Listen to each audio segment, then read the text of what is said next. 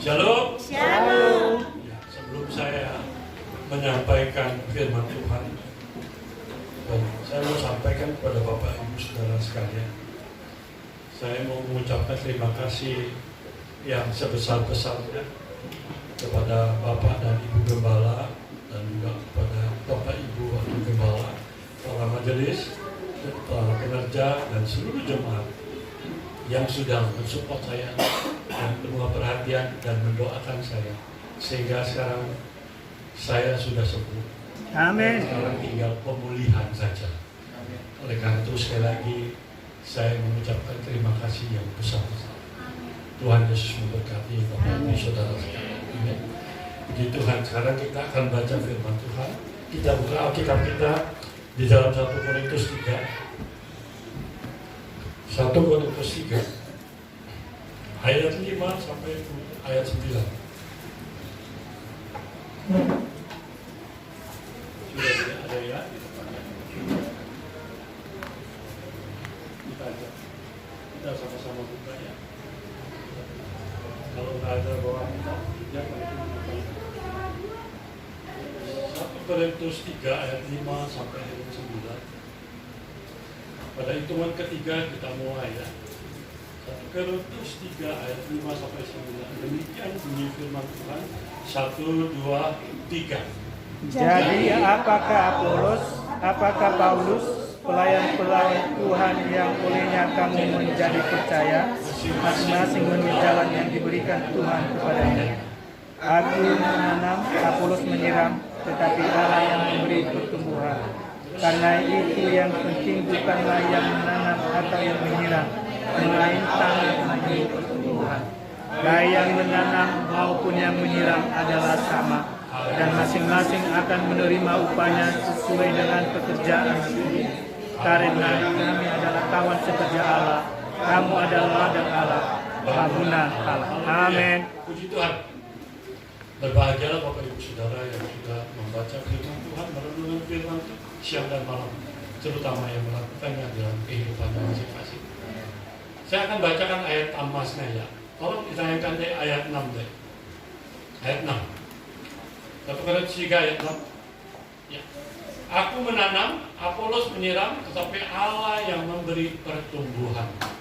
Bapak Ibu yang terkasih dalam Tuhan Yesus Kristus, tema firman Tuhan ini adalah judulnya adalah pertumbuhan rohani. Temanya adalah pertumbuhan rohani. Bapak Ibu yang terkasih dalam Tuhan Yesus Kristus, pertumbuhan itu identik atau sama dengan perubahan. Pertumbuhan itu identik atau sama dengan perubahan. Perubahan yang menuju ke arah yang positif. Perubahan yang lebih baik lagi daripada yang sudah lalu. Oleh karena itu Bapak Ibu Saudara, begitu pula dengan pertumbuhan rohani, dari hari ke hari harus ada perubahan. Bapak Ibu yang terkasih, coba kita baca di dalam 2 Korintus 4 ayat 16. Tolong ditarik-tariknya. 2 Korintus 4 ayat 16. Tolong deh. 2 Korintus, ya akan saya bacakan aja ya. 2 Korintus 4 ayat 16. Sebab itu kami tidak tawar hati, tetapi meskipun manusia lahirnya kami semakin merosot, namun manusia batinnya kami dibaharui dari hari ke hari. Haleluya, puji Tuhan. Bapak Ibu yang terkasih dalam Tuhan Yesus Kristus, pertumbuhan rohani tidak dilihat dari usia atau umur kita. Sekali lagi saya ingatkan, pertumbuhan rohani itu tidak dilihat dari usia umur kita. Ya. Tambah dewasa atau tambah tua itu sudah pasti. Tetapi dewasa rohani itu adalah keputusan kita masing-masing. Sekarang kita belajar bagaimana caranya supaya pertumbuhan rohani itu dapat terjadi di dalam kehidupan kita masing-masing. Bagaimana caranya supaya pertumbuhan rohani itu ada di dalam kehidupan kita masing-masing. Yang pertama adalah harus banyak baca Alkitab setiap hari. Yang pertama adalah harus banyak baca Alkitab. Amin. Amin. Harus banyak baca Alkitab. Kalau kita banyak baca Alkitab, otomatis pertumbuhan rohani kita itu berkembang terus. Karena firman Tuhan berkata dalam Roma 10 ayat 17 firman Tuhan berkata, iman timbul dari pendengaran oleh firman Kristus. Jadi iman kita itu bertumbuh, akan timbul, akan kelihatan. Karena apa? Karena pendengaran. Atau kita sering baca firman Tuhan. Makanya gak heran kalau orang jarang baca firman Tuhan, imannya disebut, orang dunia bilang iman yang memble. Kalau iman kita kokoh kuat, wah luar biasa. Iman yang seperti perwira Kapernaum, wah hebat banget. Ya. Tuhan mau datang ke rumahnya untuk menyembuhkan hambanya, dia bilang apa? Tidak perlu datang, katakan kata-kata saja, hambaku sembuh. Itu iman yang luar biasa. Makanya Tuhan berkata kepada orang-orang banyak pada saat itu, tidak pernah aku jumpai iman sebesar ini, sekalipun di antara orang Israel. Iman. Oleh karena itu kita harus banyak mendengar, harus banyak baca firman Tuhan, sehingga iman kita timbul. Bahkan itu 2 Timotius 3 ayat 16 firman Tuhan berkata, segala tulisan yang diilhamkan Allah memang bermanfaat untuk mengajar, untuk menyatakan kesalahan, untuk memperbaiki kelakuan, dan mendidik orang dalam kebenaran. Lengkap di situ semua ada. Oleh karena itu Bapak Ibu Saudara, kita harus banyak baca firman Tuhan. Amin. Harus banyak baca Alkitab. Firman Tuhan. Siapa yang sudah banyak baca firman Tuhan di sini, saya mau lihat. Yang sudah satu Alkitab selesai, berapa orang di sini? Satu. Harusnya banyak. Kalau saya tanya 5 mungkin belum tentu bisa. Ya. Kalau orang tidak baca firman Tuhan, tidak heran kalau imannya adalah iman yang lemah. Betul. Harus banyak baca firman Tuhan. Pada waktu ibadah di sini tempat ini, waktu itu doa pujian penyembahannya. Waktu itu kebetulan saya yang memimpin. Saya membuat satu ilustrasi tentang membaca firman. Kalau yang sudah pernah dengar, yang ikut pada waktu itu pasti tahu. Tapi yang belum pernah dengar, belum pernah saya ceritakan, mendengar, maksud saya ulangi sekali lagi. Bagi yang sudah mendengar, biarlah itu lebih mengerti lagi untuk dilakukan dalam kehidupan. Ilustrasinya adalah tentang kok pendeta mencuri. Kok pendeta mencuri? Pada suatu saat, suami istri itu mengundang bapak gembalanya, pendetanya, untuk datang makan malam di rumahnya, sore menjelang malam. Waktu itu singkat cerita, bapak gembalanya datang, pendetanya datang. Terus kemudian mereka duduk di ruangan tamu, ngobrol bersama dengan suami istri.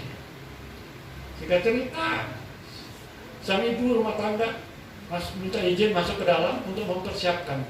Makanan sudah dimasak lalu dipindahkan ke ruang makan, ke meja makan. Terus kemudian suaminya pun ikut juga bantu. Sang pendeta ada di depan ruang tamu.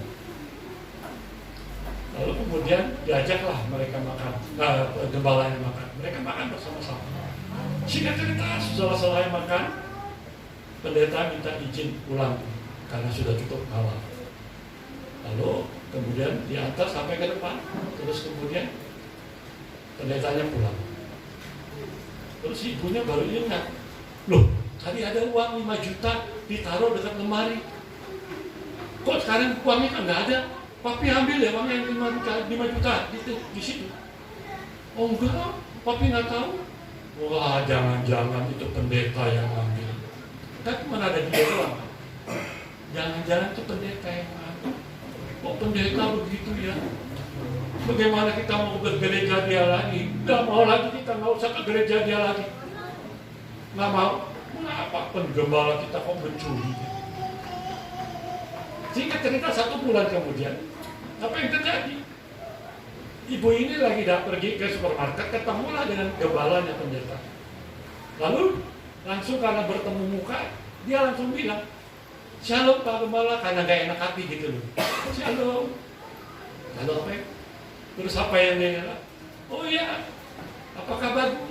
Iya, Pak Pendeta heran ya, mungkin dia bertanya-tanya, kok kami sudah 1 bulan nggak pernah ke gereja? Oh iya benar, saya baru pengen nanya, dan saya baru mau berkunjung ke tempat Bapak Ibu, kenapa nggak ke gereja? Terus dia bilang apa ya? Sih, habis Pak Pendeta mencuri uang saya sih. Hah? Mencuri uang kamu? Kok bisa begitu? Saya nggak mencuri kok. Oh iya, saya ingat. Waktu itu ada uang memang, saya nggak tahu berapa nilainya. Itu tergeletak dekat lemari. Dan di situ ada Alkitab. Saya masukkan aja ke dalam Alkitab, diselipin gitu. Supaya nggak berkeceran gitu atau bagaimana, biar rapi. Kan saya yakin dan percaya ibu kan pasti buka Alkitab toh. Nanti kan bisa lihat ada uang di situ gitu. Lalu ibu bingung, oh begitu ya? Sehingga cerita dia pulang, dia cerita sama suaminya. Pak, tadi ketemu dengan pendeta itu. Pendeta itu bilang, ada di dalam Alkitab, coba kita lihat Alkitabnya itu ada di lemari, kita kemarin dibuka. Ternyata ada uangnya 5 juta di situ. Bapak Ibu Saudara bayangkan. Kadang-kadang gampang kita menuduh orang lain. Belum tentu itu semuanya terjadi. Coba bayangkan kalau kita bisa tahu kan, berarti ibu itu dalam 1 bulan itu nggak pernah baca firman Tuhan, baik dia sama suaminya. Nggak ke gereja lagi. Coba kalau dia buka Alkitab besoknya atau malamnya, ketahuan ada uang di situ. Nggak menuduh orang lain mencuri. Oleh karena itu Bapak Ibu Saudara, jangan sampai nggak baca firman Tuhan. Amin. Baca firman Tuhan. Amin. Amin. Baca terus firman Tuhan supaya iman kita, supaya kehidupan rohani kita bertumbuh terus. Amin. Bapak Ibu yang terkasih, kita itu tidak dilahirkan dengan kebiasaan. Ingat, kita tidak dilahirkan dengan kebiasaan. Dan kita harus mengenal Tuhan itu dengan benar. Harus benar-benar mengenal Tuhan yang kita sembah dalam nama Tuhan Yesus Kristus itu sungguh-sungguh tahu. Ya. Dan sekali lagi saya ingatkan kepada Bapak Ibu Saudara di tempat ini, pengenalan akan Tuhan itu tidak dilihat dari usia dan umur kita, tetapi apa? Bagaimana cara kita untuk mengenal? Oleh karena itu Bapak Ibu yang terkasih dalam Tuhan Yesus Kristus, hari ini saya mengajak kita lebih jauh lagi. Tadi saya bertanya, berapa banyak baca firman Tuhan? Sudah berapa lama saudara baca firman Tuhan? Sudah sekian tahun? Sudah selesai? Berapa kali? Saya mendengar satu persaksian dari seorang pendeta yang saya sangat senang. Dia punya khotbah, dia seorang dokter. Kalau dia khotbah itu ilustrasinya bagus sekali. Banyak hal-hal yang membuat saya itu belajar dari dia. Dia bersaksi, dia sudah baca firman Tuhan itu pada waktu itu tahun 1995, itu sudah 65 kali. Waktu itu usianya sekitar 60-an ya. Bayangkan, 65 kali beliau sudah meninggal sekitar 15 tahun yang lampau.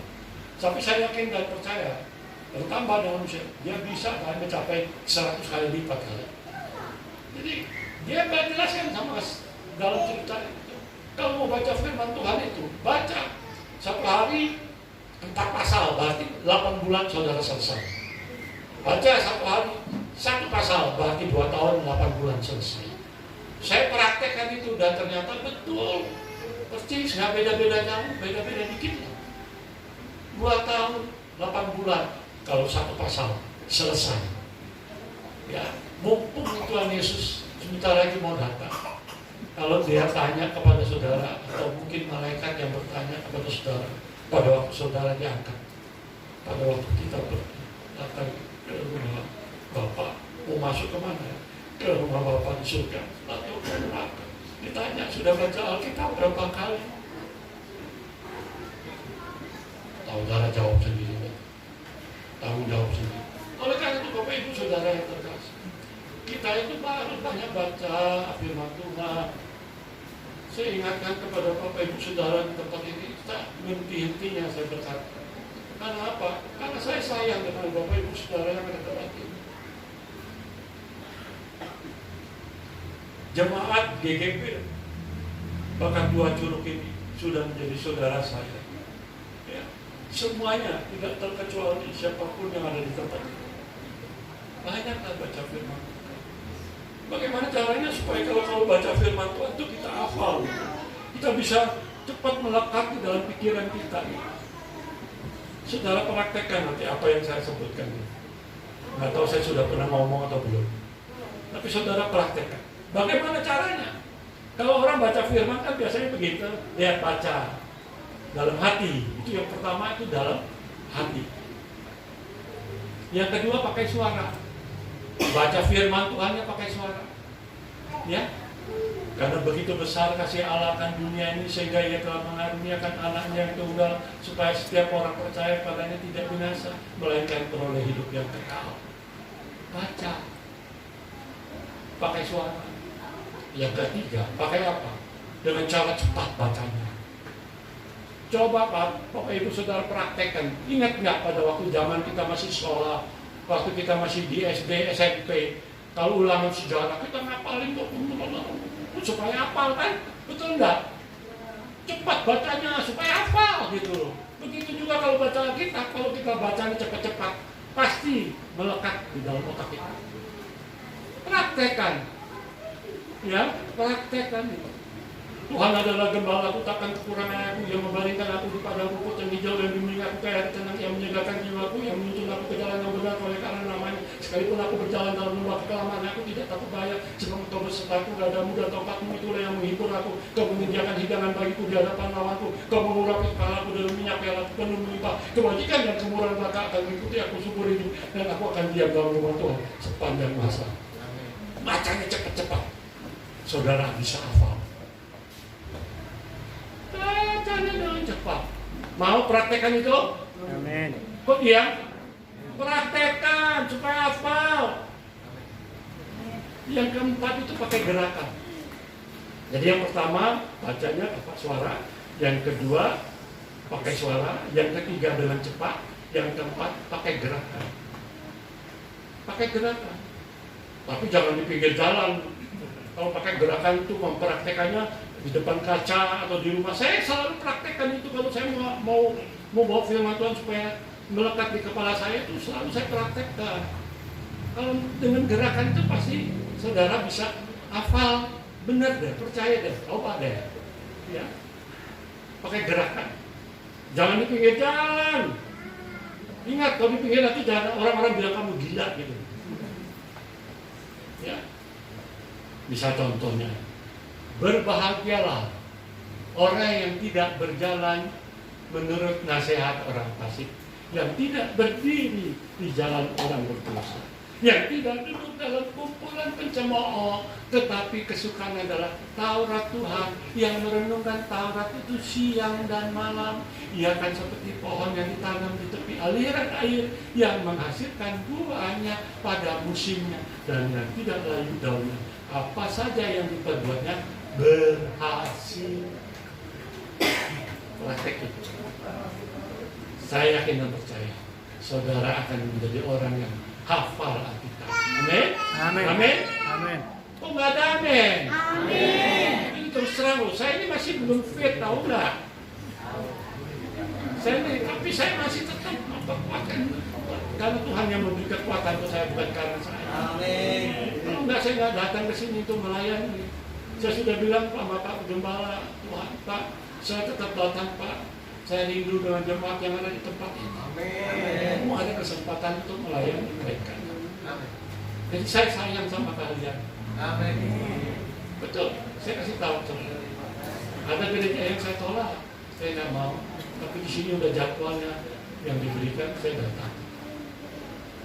Jadi saudara harus antusias mendengar firman Tuhan.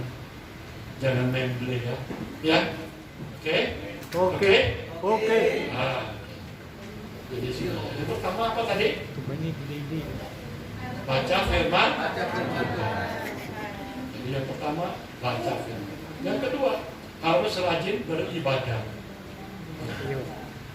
Kadang-kadang saya perhatikan banyak orang Kristen yang harus beribadah. Saya nggak ngerti. Nanti saya jelaskan lebih jauh. Harus rajin beribadah. Amin. Amin. Kalau kita rajin beribadah, wah sungguh luar biasa. Firman Tuhan berkata di dalam Ibrani 10 ayat 25. Janganlah kita menjauhkan diri dari pertemuan ibadah seperti yang dibiasakan oleh beberapa orang. Tapi marilah kita saling menasihati dan semakin giat melakukannya menjalan dari Tuhan yang mendekat. Tuhan udah mau datang, kalau ibadahmu memble, waduh, bayangkan. Kesempatan buat kita itu sungguh luar biasa. Keselamatan Tuhan itu udah berikan buat kita. Ini karena kasih anugerah Tuhan semata-mata. Tinggal kita masuk ke surga dan jalanin apa? Pertama kita banyak baca firman supaya umur kita bertumbuh, terus kita rajin beribadah. Jangan malas. Tapi banyak orang yang malas beribadah. Itu kesaksian ya. Ini kejadian sebenarnya ya. Ada majelis gereja suami istri. Ini ibadah pertengahan minggu. Terus kemudian saya ketemu di gereja waktu itu. Saya tanya sama istrinya, Bapak kemana kok nggak ada? Katanya dia badannya pada pegel-pegel, dia mau badminton, jadi dia nggak mau ibadah supaya sehat. Saya diam aja. Sudah tahu dia sampai main badminton. Pada waktu dia SMS, jatuh. Langsung apa? Oh, inna ilahi wa inna ilaihi raji'un. Bapak Ibu kasih tahu. Jangan main-main. Apalagi kita sudah jadi majelis gereja. Ibadah dimanapun saudara berada. Kalaupun saudara harus melayani tempat ini, datang setiap minggu. Nggak boleh nggak datang. Majelis itu harus datang. Bagaimana kita bisa mengajak Pak untuk hadir kalau kita sendiri nggak datang? Harus. Pak Bito. Jadi saya ingatkan kepada Bapak Ibu Saudara, kalau yang punya gejala penyakit jantung, jangan sekali main badminton. Saya ingat, banyak contohnya orang yang main badminton itu mati mendadak karena sakit jantung. Karena itu perlu tenaga yang luar biasa. Dulu saya hobi banget badminton waktu masih muda. Lawan saya itu 2-1. Bukan 1-1, 2-1. Tapi duanya itu dia di bawah saya. Masing-masing di bawah saya. Enggak sejago saya, misalkan sepandai saya sampai seperti itu. Jadi dia di bawah saya levelnya, karena dia berdua. Saya bisa lawan, saya bisa menang. Lim Swing, kalau nggak kenal Lim Swing, tahu dong? Itu kan adik saya. Adik ketemu gede, maksud saya. Bukan adik sungsung, bu. Jadi saya udah nggak bisa. Karena di rumah saya yang dulu di Kutaka, tinggal di Bandung, waktu masih bujangan itu ada lapangan badminton. Jadi sekali saya ingatin, yang punya gejala sakit jantung jangan main badminton. Karena perlu energi yang luar biasa waktu mes gitu. Hati-hati. Oleh karena itu Bapak Ibu yang ada di tempat ini. Terima kasih di dalam buku itu Timotius 4. Latihan badani terbatas gunanya, tapi ibadah itu berguna dalam segala hal karena mengandung janji, baik untuk hidup ini maupun untuk hidup yang akan datang. Jadi kalau kita rajin beribadah, latihan apa badani kita tidak terbatas gunanya, firman Tuhan berkata. Tapi ibadah itu berguna dalam segala hal. Amin. Kalau di ibadah kita sungguh-sungguh juga luar biasa.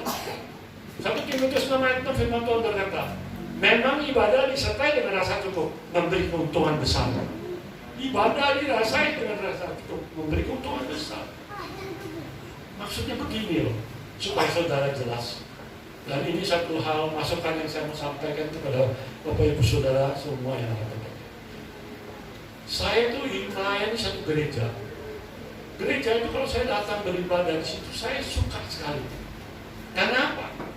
Kalau saya datang itu, jemaatnya ada sebagian yang berlutut, ada yang duduk berdiam diri, bersatu teduh. Nggak ada seperti gereja-gereja yang lain. Bahkan di sini juga ada. Datang ke gereja ngobrol, kiri kanan, duduk ngobrol. Ngobrol gitu. Duduk di sini tapi ngobrol di mana? Ayo orang. Nggak ada yang bersatu dulu sedang. Saya perhatikan di sini nggak ada. Sorry aja Pak Gembala. Tapi saya rindu sebagai hamba Tuhan sudah menjadi rekan dari gembalamu dan saya tadi katakan bahwa saya menyayangi kalian semua. Marilah coba belajar sama gereja yang saya tahu. Saya nggak bisa sebut namanya gereja itu. Jemaatnya datang bersatu masing-masing. Ada yang berlutut, ada yang duduk di bangkunya masing-masing.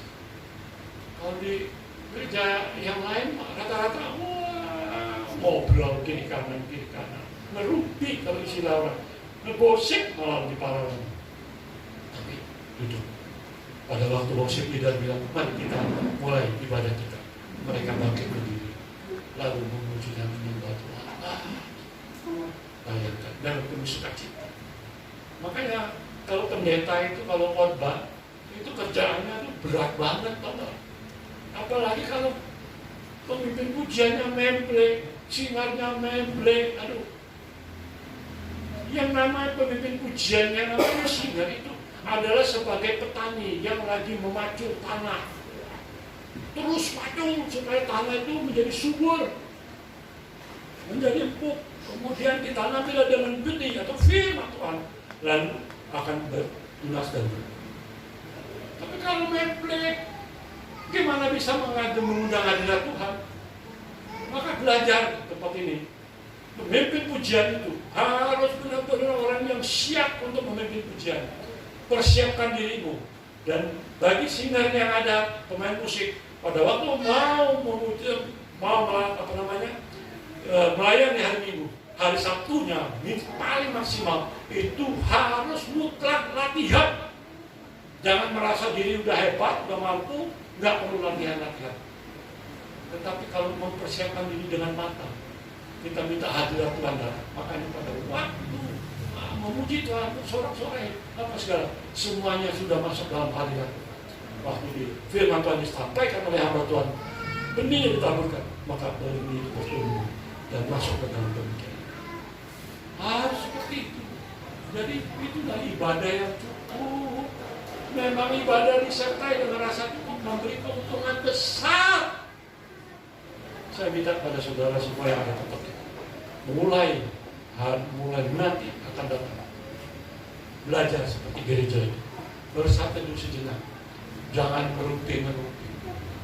Saudara berurusan secara pribadi masing-masing dengan Tuhan, menyembah Tuhan, memuji Tuhan, tidak usah teriak-teriak. Dalam hati saya, Tuhan tahu siapa. Saya yakin dan percaya saudara akan menjadi orang-orang yang diberkati. Katakan amin. Amin. Sekarang saya mau tanya, mengapa kita harus rajin beribadah? Mengapa? Mengapa kita harus rajin beribadah? Pertama, kita mau mengucap syukur kepada Tuhan. Kalau kita beribadah itu tujuannya adalah mengucap syukur sama Tuhan. Kalau kita ada sebagaimana ada ini semua karena kasih anugerah kemurahan dan kebaikan Tuhan dalam hidup kita masing-masing. Bersyukur sama Tuhan. Yang kedua, kita mau memuji, menyembah Tuhan. Karena kita bersyukur, kita memuji Tuhan, menyembah Dia dengan benar. Terus kita mau mendengar suara Tuhan. Kita mau bertemu dengan Tuhan. Bertemu bukan berarti bertemu Tuhan ada di depan kita, tapi kita secara pemikiran kita, Tuhan itu ada bersama-sama dengan kita. Bahkan melalui hambanya yang khotbah menyampaikan firman Tuhan, kita bertemu dengan Tuhan dan mendengar suara Tuhan. Apa yang menjadi kehendak Tuhan dalam hidup kita masing-masing, itu yang penting. Oleh karena Bapak Ibu Saudara yang ada tempat ini, mari kita ini butuh Tuhan dalam hidup kita. Siapa yang butuh Tuhan? Katakan, angkat tangan. Kita butuh Tuhan. Kalau enggak, kita nggak bisa apa-apa. Firman Tuhan jelas berkata dalam Yohanes 15 ayat 5 bagian B, sebab di luar aku, kamu tidak dapat berbuat apa-apa. Jelas. Kalau kita baca ayat Yohanes 15 ayat 5, lengkap semuanya, dikatakan Tuhan memberikan perumpamaan. Akulah pokok anggur dan kamulah ranting-rantingnya. Barang siapa tinggal dalam aku dan aku dalam dia, ia berbuah banyak. Sebab di luar aku, kamu tidak dapat berbuat apa-apa. Artinya, kalau kita nempel sama Tuhan, kita manunggal sama Tuhan, kita akan menghasilkan buah. Tapi kalau kita sebagai ranting tidak nempel sama pokok anggur itu, tidak nempel sama Tuhan Yesus itu, rantingnya patah, jatuh ke bawah, terus menjadi kering, layu, kering, mati. Jadi Bapak Ibu Saudara, mari kalau kita nempel, kita dengar firman-Nya. Yohanes 15 ayat 7 bagian dikatakan ayat 7. Jikalau kamu tinggal dalam aku dan firman-Ku tinggal dalam kamu, maka minta apa saja yang kamu kehendaki dan kamu akan menerimanya. Aduh, saya benar kalau membaca firman ini, aduh rasanya luar biasa. Tinggal dalam Tuhan, Tuhan ada dalam kita, firman-Nya ada dalam kita. Maka minta apa saja. Coba bayangkan.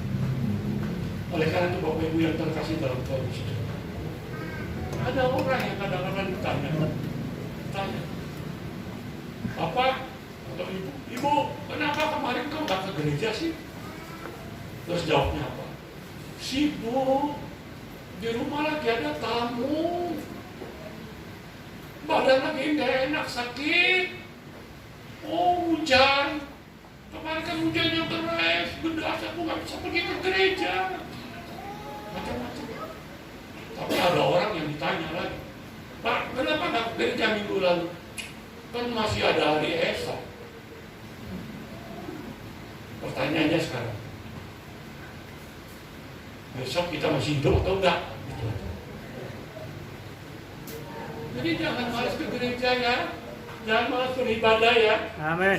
Amin. Amin. Rajinlah beribadah. Kalau nggak bisa di sini di tempat lain, kalau memang saudara lagi ada kesibukan atau lagi kondangan atau di mana di tempat yang mana, tapi pergi ke gereja.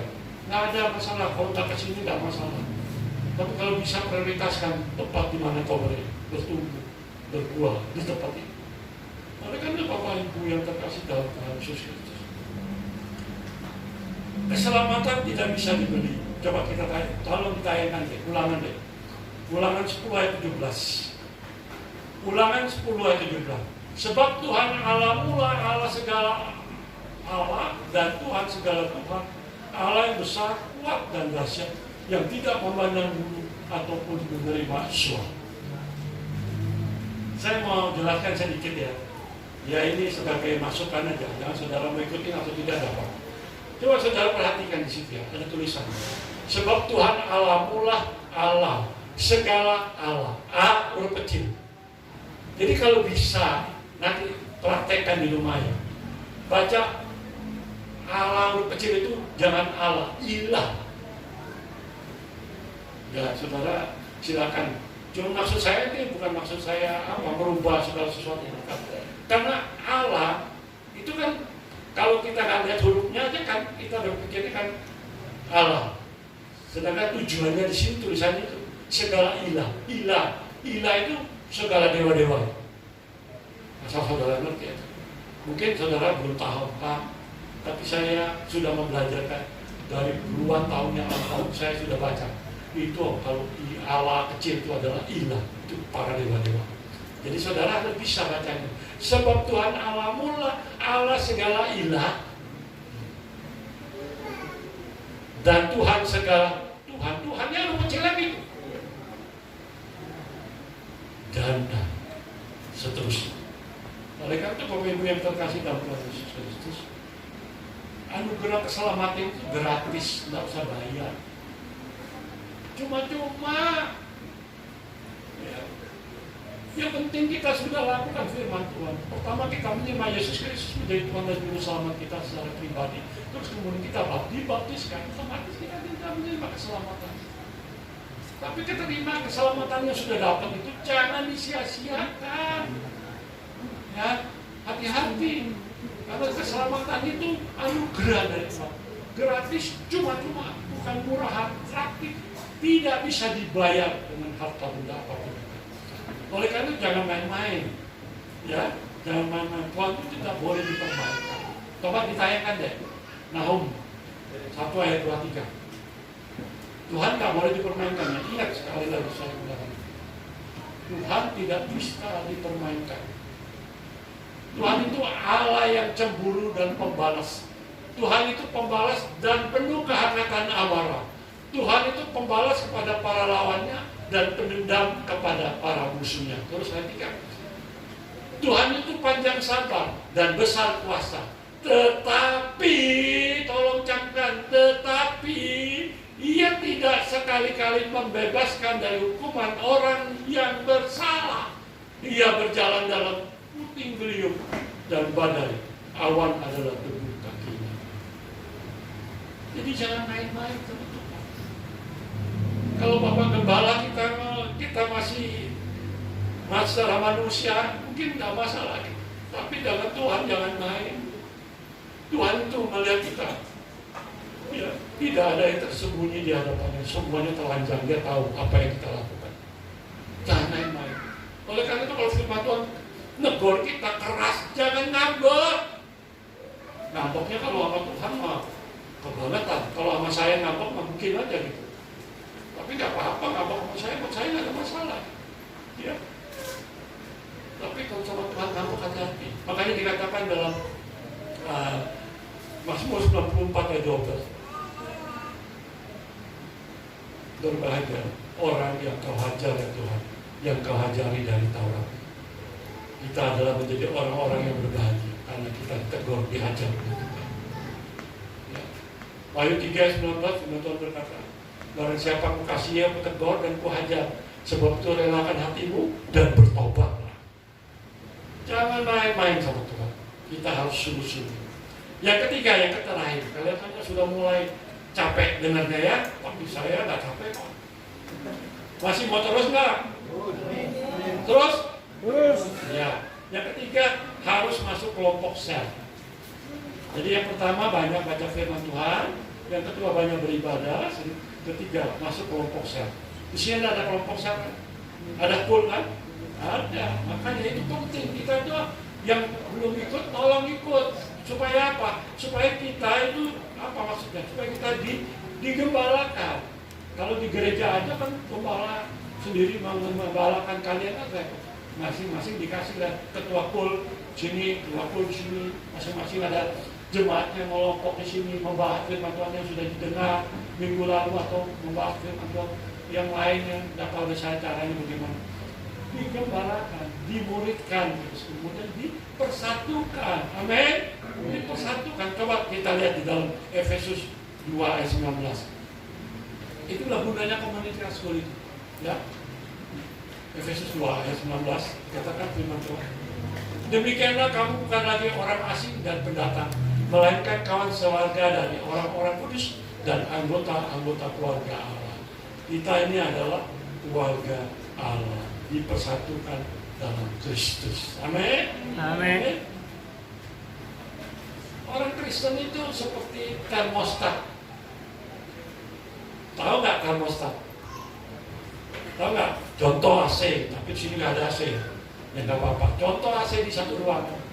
Ya, termostat itu sebagai alat untuk mengontrol kedinginan ruangan melalui apa? Melalui remote control. Diatur mau dinginnya seperti apa.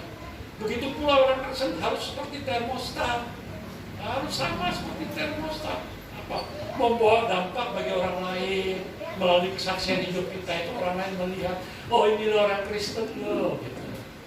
Itu kira-kira. Oleh karena itu ingat, pelayanan bukan suatu pelarian. Saya ingatkan kepada saudara. Mungkin tidak ada kegiatan lagi nganggur, jadi melayani Tuhan. Saya banyak lihat orang-orang yang model itu, termasuk pribadi saya. Saya mau kasih kesaksian, mungkin saya sudah pernah nyampaikan atau tidak. Ini pribadi saya.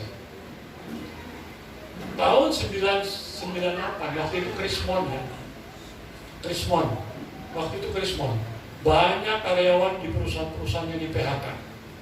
Ya, perusahaan banyak yang bangkrut. Tahun 98. Terus kemudian saya pun kerja di perusahaan. Waktu itu saya masih dipegang 2 cabang. Pegang 2 dealer itu Ortek, satu Daihatsu, satu lagi Isuzu.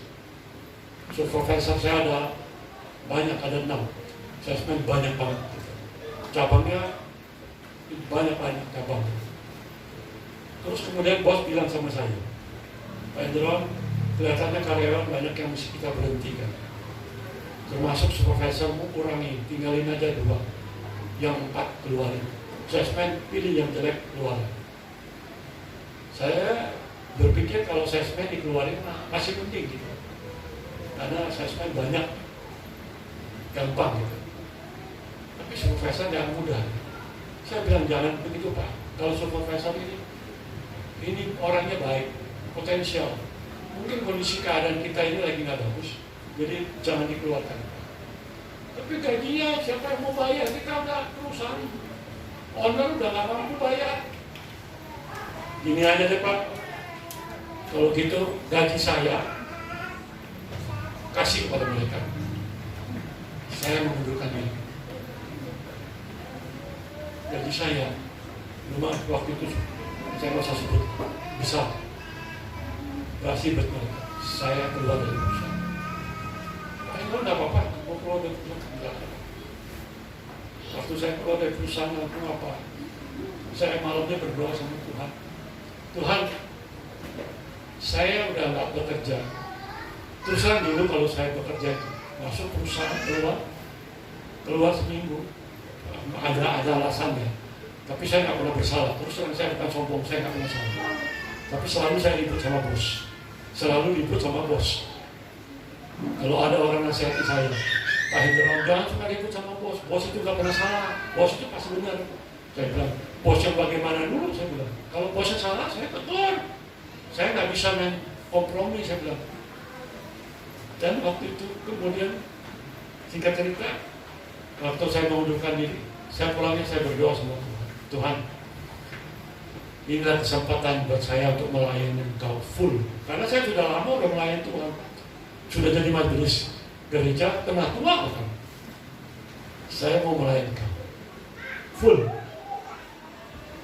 Bapak saudara bayangkan, tabungan ada uang, tapi lama-lama dipakai untuk biaya rumah tangga, untuk bayar anak sekolah, habis. Anak saya itu 3, yang 1 SMP, yang 2 itu masih SD. Kerugiannya, saudara bayangkan, untuk bayar listrik aja, itu saya nggak mampu, cuma 200.000, saya nggak mampu. Terus kemudian, masih telepon dulu, masih telepon di rumah ya, belum pakai HP ya. Itu di 150.000, saya nggak mampu bayar. Telepon saya dicabut sama Telkom, listrik saya dicabut oleh PLN. Saya nangis ya ada Tuhan. Saya berkata sama Tuhan, kenapa Tuhan? Aku kan mau melayani Engkau. Saya melakukan ini semua untuk kemuliaan nama-Mu. Tuhan bilang kamu bodoh. Melayani Tuhan. Langsung dikasih ayat ke saya. Yohanes 15 ayat 16. Bukan kamu yang memilih aku, tapi aku yang memilih kamu. Kalau Tuhan tidak pilih kita untuk melayani full, jangan main-main. Ingat, kita mesti punya anak yang harus dibiayai. Nah, pelayan itu bukan main-main. Kalau Tuhan sudah melakukan segala sesuatu, Roma 8 ayat 28 berkata, kita tahu sekarang Allah turut bekerja dalam segala sesuatu untuk mendatangkan kebaikan bagi mereka yang mengasihi Dia, yaitu bagi mereka yang terpanggil sesuai dengan rencana Allah. Kalau Tuhan sudah merencanakan yang mengasihi Dia sungguh-sungguh, kita melayani Tuhan, semuanya Tuhan berikan. Yeremia 29 ayat 11 firman Tuhan berkata, sebab aku mengetahui rancangan-rancangan apa yang ada padaku mengenai kamu, demikian firman Tuhan, yaitu rancangan damai sejahtera, bukan rancangan kecelakaan, untuk memberi kepadamu hari depan dan penuh harapan. Sampai tahun 2000 saya bayangin 2 tahun. Dari gereja saya waktu itu sebagai majelis penatua, dapat uang dari gereja itu 300.000 setiap bulan. Buat bayar anak sekolahnya nggak cukup. Saya menangis ya, kenapa Tuhan harus seperti ini? Tuhan bilang kamu bodoh. Terus apa yang harus aku lakukan? Kerja. Jangan berharap dari orang lain, bekerja. Kalau gitu saya mau bekerja, mulai besok. Tuhan bilang, berikan petunjukmu Tuhan apa, di mana saya bisa bekerja. Tahu nggak, besok pagi jam 8 ada telepon buat saya, teman lama, Pak Hendrawan. Ya, Pak Hendrawan masih udah kerja belum? Belum Pak. Mau kerja nggak? Ada nih satu perusahaan, pemimpinnya adalah Pak Hendro Priyono Bin itu loh. Dia perlu orang kepala cabang. Bapak mau nggak? Oh mau. Datang ke tempat saya besok. Cuma 1 hari malam, paginya sudah jawab. Langsung saya kerja di Kia, di Otista yang punya Pak Hendro Priyono. Ekonomi saya mulai baik. Jadi sekali-sekali saya ingatkan, pelayanan itu jangan diprioritaskan nomor 1. Salah. Nomor 1 itu adalah Tuhan, nomor 2 adalah keluarga, nomor 3 adalah pekerjaan, nomor 4 pelayanan. Jadi pelayanan itu terakhir. Kalau Tuhan tidak panggil kita, jangan main-main. Kerja. Karena kita butuh biaya. Saya mau tanya, perlu biaya enggak buat anak-anak kita? Perlu dong. Masih kerja, harus kerja. Akhirnya saya kerja, akhirnya saya mengundurkan diri waktu sudah pensiun, sudah tua, 2017 keluar. Jadi 17 tahun lagi, dari tahun 2017 tahun saya bekerja lagi. Saudara ya. Sekarang saya full melayani, udah bebas. Bahkan ada teman saya yang tiap bulan support saya. Saya pernah tidak nolongin dia macam-macam. Saya cuma masukin dia kerja di perusahaan di mana saya ada. Karena zaman dulu waktu di Toyota itu, kalau cari pegawai, maaf kata saya bukan menyombongkan diri, selalu suruh saya, manajer, kepala cabang, supervisor, suruh saya. Interviewnya terakhir itu saya, bos suruh saya. Maaf kata saya udah pernah bilang, kalau saya ada matanya aja, ketahuan, mulutnya udah ketahuan. Kira-kira orangnya seperti apa? Hati itu bisa lain. Kalau mata kelihatan. Tiap bulan itu transfer uang ke saya. Padahal saya nggak apa-apa. Saya cuma masukin dia kerja dari seorang salesman, dari salesman di Danmogot, Toyota, terus kemudian bos suruh saya panggil dia, sudah datanglah ke kantor saya. Terus kemudian saya bilang, kita ngobrol ya. Ngobrol dia, kamu mau kerja nggak? Mau. Masuk ke pertanyaan. Oke, dia masuk kerja di tempat kita. Tapi saya bilang sama dia, bosmu, dia dipegang di apa namanya, batu tulis, Pecenongan sih. Bosmu itu wanita, orang India, galak, cerewet, lengkap ada di dia sih. Kalau kamu ngadepin dia, kamu harus sabar. Karena apa? Wah, baru 1 bulan dia kerja, dia udah gak sanggup. Dia telepon saya, Pak Indra, aku gak sanggup. Orangnya benar-benar seperti apa yang dibilang Pak Indra. Saya bilang iya, tapi kamu jangan mengalah dengan seperti itu. Terus maju terus, nggak usah khawatir. Ya udah kalau gitu kasih kesempatan buat saya deh. Sebentar lagi, 20 sebulan lagi. Baru 2 minggu dia telepon lagi, Pak. Udah, saya nyerah, saya nggak mau. Akhirnya saya ngomong sama dia, Pak, saya bilang, kamu harus tahu, nanti rencananya dia itu kami pindahkan ke cabang lain di PRJ. Kita buka lagi satu dealer, campur, jual gado-gado, bekas baru semua lengkap di situ. Yang pegang dia. Nanti cabang yang di Batu Tulis, kamu yang pegang. Begitu Pak, iya, dengar ya, 2 minggu lagi kita pindahin dia. Akhirnya dia dengar. Terus dia emang jualannya hebat. Saya aja waktu itu kepala cabang juga, walaupun dia tapi kalah jualannya sama dia. Dia pegang Batu Tulis, jualannya nomor 1 dari seluruh outlet ada 23, nomor 1 dia jualan. Terus kemudian dia berkembang, bos sayang sama dia, terus kemudian apa? Jadi owner perusahaan, kerja sama bos, bikin perusahaan di mana-mana, Sumedang, Bandung, Jakarta, mana-mana. Duitnya banyak, owner, dia nggak pernah lupa sama saya. Tiap bulan dia kirim ke saya, Gotial. Tahu Gotial? Tiap tanggal 1, 5 juta, dimasuk rekening istri saya. Saya nggak bantu apa-apa, cuma nolongin begitu doang. Tapi dia ingat jasa saya. Seperti tadi teman saya yang bilang telepon saya itu, Pak Hilal, kamu mau kerja nggak? Saya juga nggak nolong dia, malah saya membolong. Waktu itu dia punya kesalahan korupsi, saya bilang sama bos, dia ini korupsi, mesti dikeluarkan. Bos bilang gimana kamu mesti dikeluarkan, dia nggak korupsi kok. Kalau begitu kamu juga ikut korupsi. Itu saya. Kalau yang namanya bos belain anak buah korupsi, salah, nyeleweng, berarti bosnya juga nyeleweng. Sorry aja deh. Bagaimana dengan anaknya nakal, bandel, bapaknya juga bandel. Karena bapaknya nggak bisa ngajarin anaknya. Gampang, simpel. Di mana-mana itu kehidupan logika itu. Jadi saya bilang sama dia, ini dikeluarkan. Bos malah marah sama saya. Dari sekian orang yang ada di ruangan meeting itu, ada 23 orang, 19 orang itu semuanya dukung bos.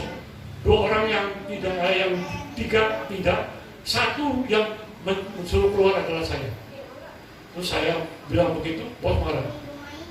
Kamu ini enggak solidaritas sama teman. Orang dari 19 orang enggak keluarin, kamu aja satu-satu yang keluarin. Yang lain, dia tidak banyak komentar. Kenapa kamu mesti suruh dia keluar? Oke deh, gini aja deh, kalau dia nggak dikeluarin, saya aja yang keluar. Keluar kayak dari perusahaan asli itu. Padahal gaji saya 15 juta. Tahun berapa? Tahun 90-an. 15 juta gaji saya.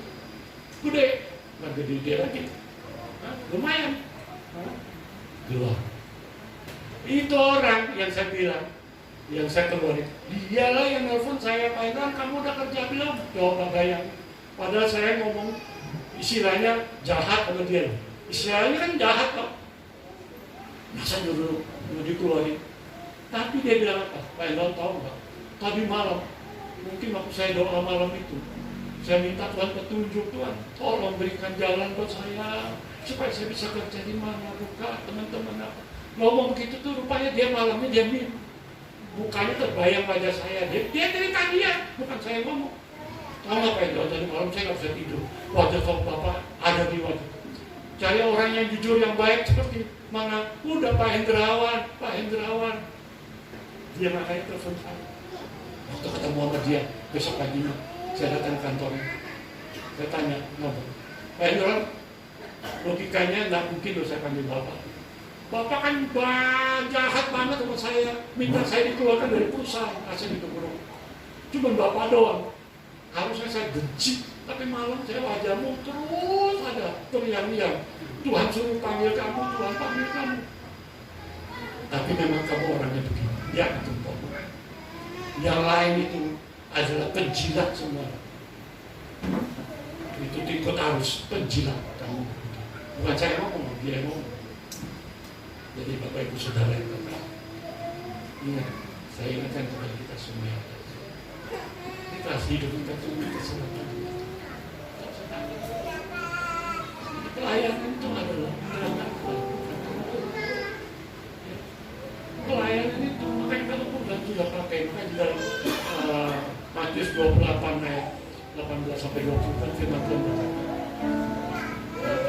ya ada Yesus mendekati mereka dan berkata, segala kuasa telah diberikan kepadaku, baik di surga maupun di bumi. Karena itu pergilah jadikan semua bangsa murid dan baptislah mereka dalam nama Bapa dan Anak dan Roh Kudus. Dan ajarlah mereka untuk melakukan segala sesuatu yang seperti yang kau ajarkan kepadaku. Dan ketahuilah, aku menyertai kamu senantiasa sampai akhir zaman. Itulah pelayanan. Jadi pelayanan itu adalah penginjilan. Jadi Bapak Ibu yang terkasih dalam Kristus, kita lakukan itu semua. Maka saya akan percaya akan menjadi orang-orang yang diberkati. Kesimpulan firman Tuhan hari ini adalah pertama, bagaimana supaya pertumbuhan rohani kita akan bertumbuh? Membaca firman Tuhan.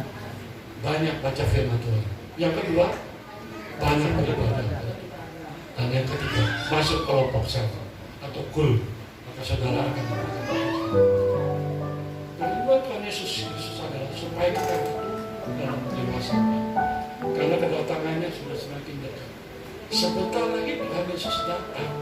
Kalau dia sudah mau datang, kalau kita masih membeli-beli, saya takut nanti saudara tidak terangkat.